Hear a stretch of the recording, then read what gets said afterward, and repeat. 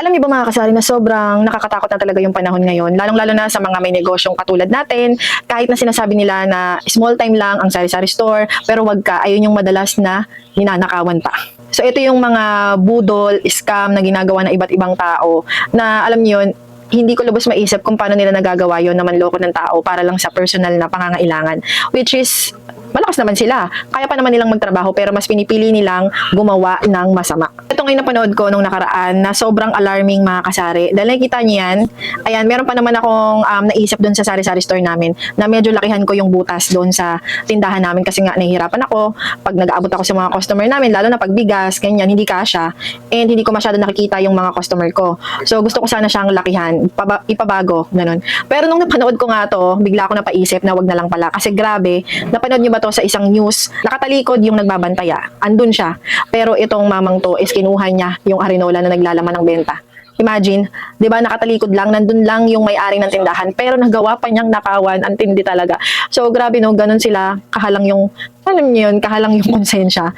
Wala na talagang konsensya mga kasari. Sobrang nakakatakot.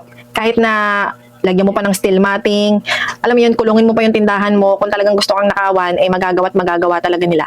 So last time nga din, pinapanood ko sa inyo yung nangyari naman sa hipag ko, yun naman is open store siya, kaya nakakatakot talaga kapag open store talaga. Dapat talaga is laging may bantay, kasi nga hindi natin masabi, di ba? Huwag tayo masyadong pakampante, huwag tayo masyadong magtiwala, lalo na sa mga dumadaan-daan.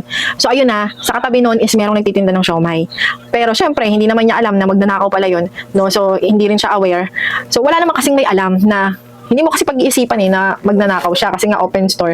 Pero yung nakakabahala, 'di ba? Isang buong sako ang ninakaw. Imagine, 'di ba? Ganun na ba talaga sobrang kahirap para gumawa ng masama, 'di ba? Ang presyo ng isang sakong uling is 400. So, sa ganung halaga, ipagpapalit niya yung dignidad niya, 'di ba? Na hindi niya alam, hindi siya aware na napanood siya or nakita siya sa CCTV, and ayun na-share na siya sa social media. So, grabe talaga yung mga tao.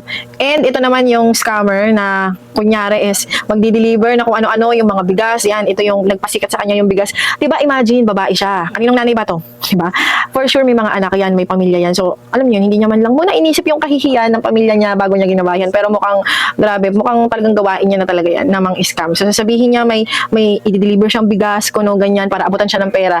Grabe na talaga, hindi ko talaga ma-imagine na yun nga, yung mga negosyante yung kanilang binubudol, yung scam nila. So, may mga tao talaga din na mabubudol talaga kasi magaling silang magsalita. Talaga alam niyo yun.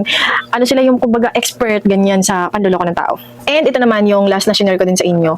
Ito yung dalawang lalaki na pilit nilang binubuksan naman yung tindahan. Antindi talaga, di ba? Buti na lang matibay yung pagkakagawa dyan sa tindahan na yan. Imagine, nakakatakot.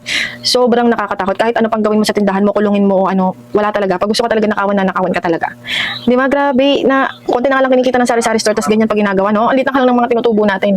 Eh, hindi naman natin pwedeng bantayan niya ng all the time. Yung alam mo yun, as in minuto. Syempre, meron din tayong mga ibang ginagawa. Kaya nga, tindahan is pwede mo yung iwanan kasi nga naka-steel matting naman yan, ganyan. So, alam mo yun, hindi pala pwedeng ganun sa panahon ngayon. Kailangan talaga is nakatutok ka sa tindahan mo kasi marami talagang mga taong hindi lumalaban ng patas sa buhay. Kaya kailangan talaga natin mag-ingat mga kasari. So yung mga sinishare ko sa inyong video is awareness yun para mag-ingat tayo. Lalo na tayong mga may sari-sari store, di ba? Malit nga lang kinikita natin dyan, tinutubo natin dyan, tapos yan pa yung gagawin. So awareness lang to sa mga may negosyo, sa may mga sari-sari store. Ayan, doble ingat talaga. Lalo na sa panahon ngayon, sobra parang wala na silang katakot-takot gumawa ng masama. Parang ano nga mas marami pang gumagawa ng masama ngayon kasi yun nga, hindi na sila natatakot. Ewan ko bakit. So yun nga mga kasari, ingat lang tayo. Doble ingat mga kasari. So yun lang.